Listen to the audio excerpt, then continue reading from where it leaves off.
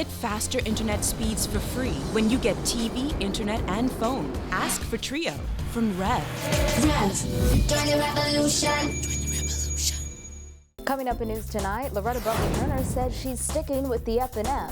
Plus, backlash after Butler-Turner and Sands confirmed they've dropped out of the leadership race. That story straight ahead.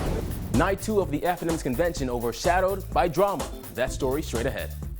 Montague MP Richard Lightbourne apologizes for comments he made at the F&M convention last night. That story coming up.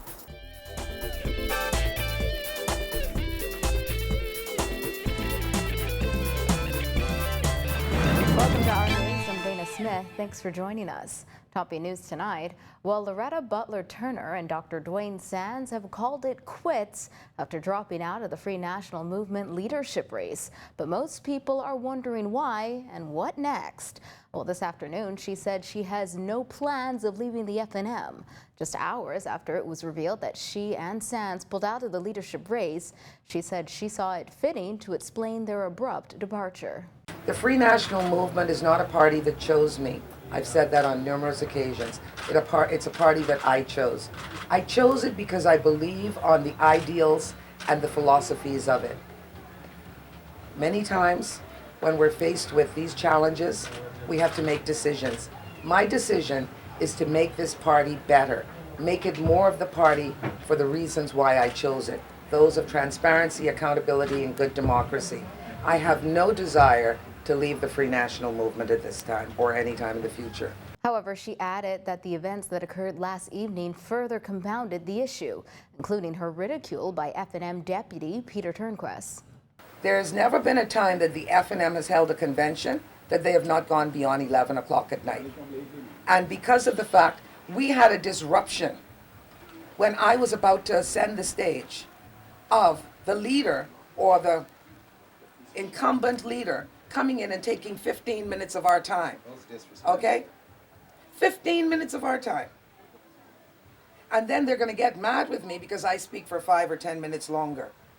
And then we have the man who wants to be deputy leader of this party, we're just talking about unification, getting up and rebuking me so publicly.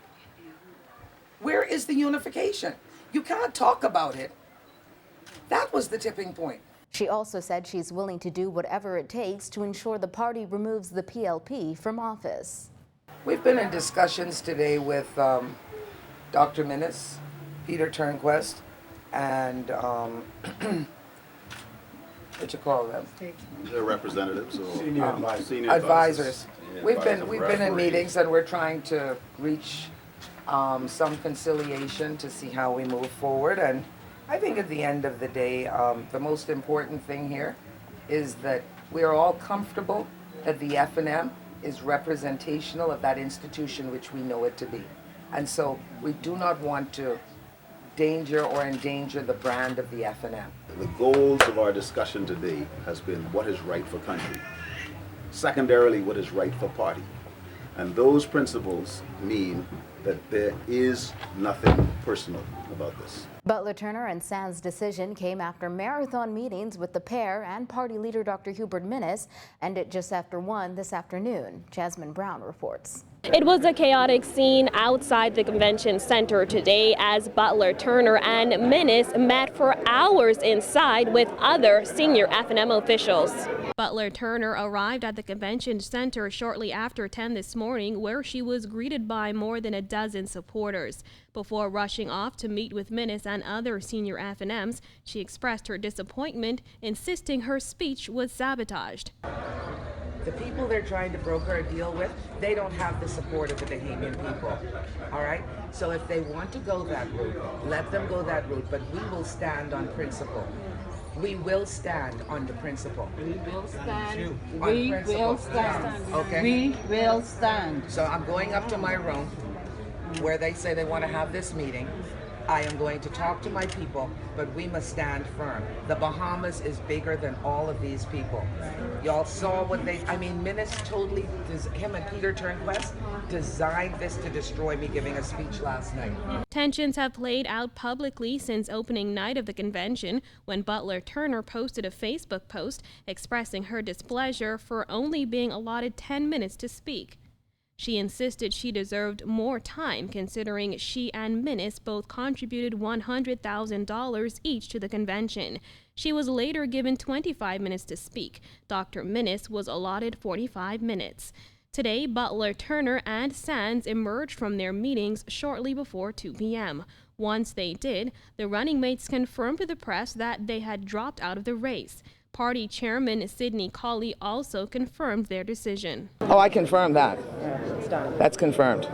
We would have communicated this last night, but thank you very much. I know that there are a lot of questions that people wish to have answered, and I can assure you that we are going to be answering these questions very soon. As for those meetings, Butler-Turner and Sands would not say what they discussed. While the pair is remaining tight-lipped on exactly what was discussed, our news understands that the meetings centered around a plan for how the party would move forward.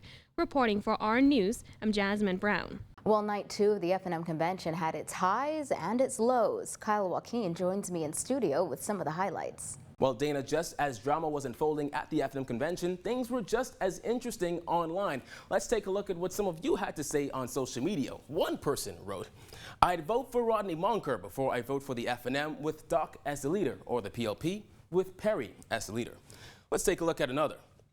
"I know two things for certain. The F&M just lost the youth and the women's vote. I see no path to victory." Let's take a look at just one more. Tia Jewell wrote, "Bring the water, out the torch. Tell the F&M we can't take no more."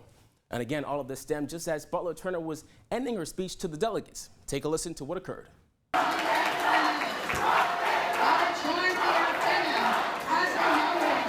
As she came towards the end of her speech, Butler-Turner's plea to delegates as to why she should be elected leader was cut off by supporters chanting "Rock with Doc."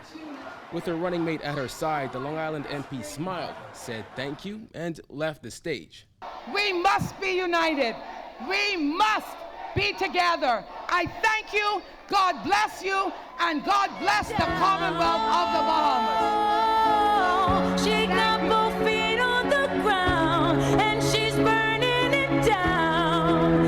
Oh. But then things took an even more interesting turn. Respect. Respect.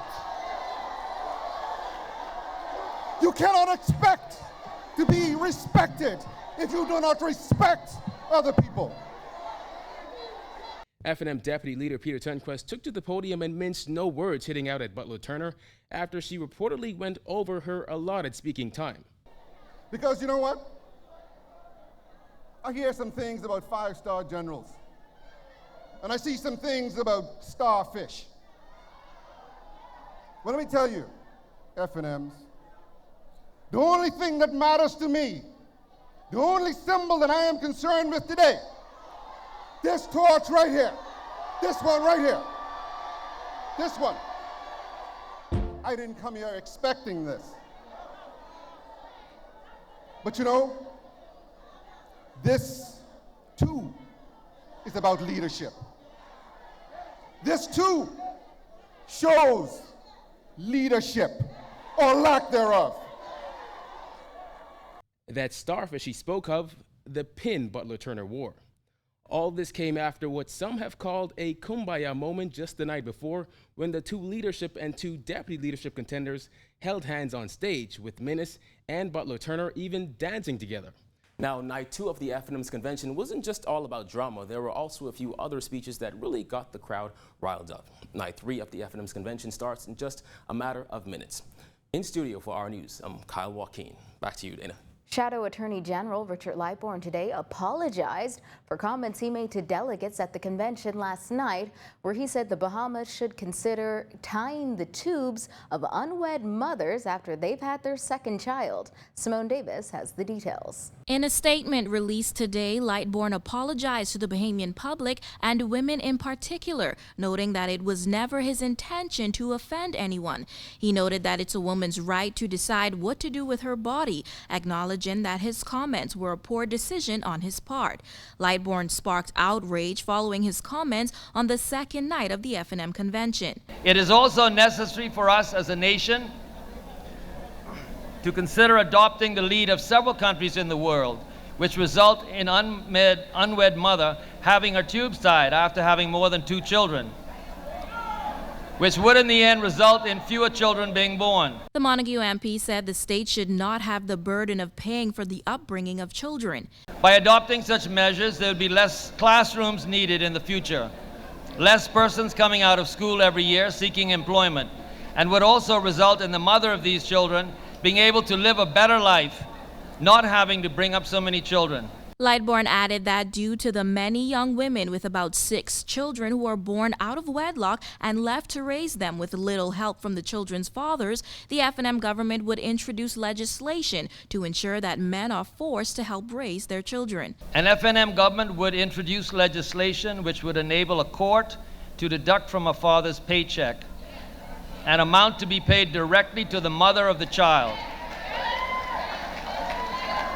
And in this way, the father would consider carefully the consequences of having an unprotected relationship and in all likelihood reduce the number of children born in the Bahamas. One Facebook user called for him to be removed from office for those comments. Another suggested that Lightbourne is seeking to police women's bodies instead of educating society on how to be responsible.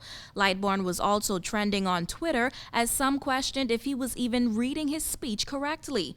Well, the F&M quickly distanced itself from Lightbourne's comments. Party Chairman Sidney Colley said in a statement, Mr. Lightbourne's comments tonight were personal and do not reflect the position of the F&M. The F&M does not believe in restricting anyone's rights, including women's reproductive rights. The F&M has and will continue to fight for all Bahamians, regardless of gender. But the backlash did not end there. The women of the PLP also responded to Lightbourne's comments in a statement, calling it a violation of women's reproductive rights. They also called for Lightbourne to tender his resignation from Parliament. Though Lightbourne apologized, he did not comment on calls for him to resign. Reporting for our news, I'm Simone Davis. Still to come, Progressive Liberal Party Chairman Bradley Roberts hits out at the F&M. Stay tuned.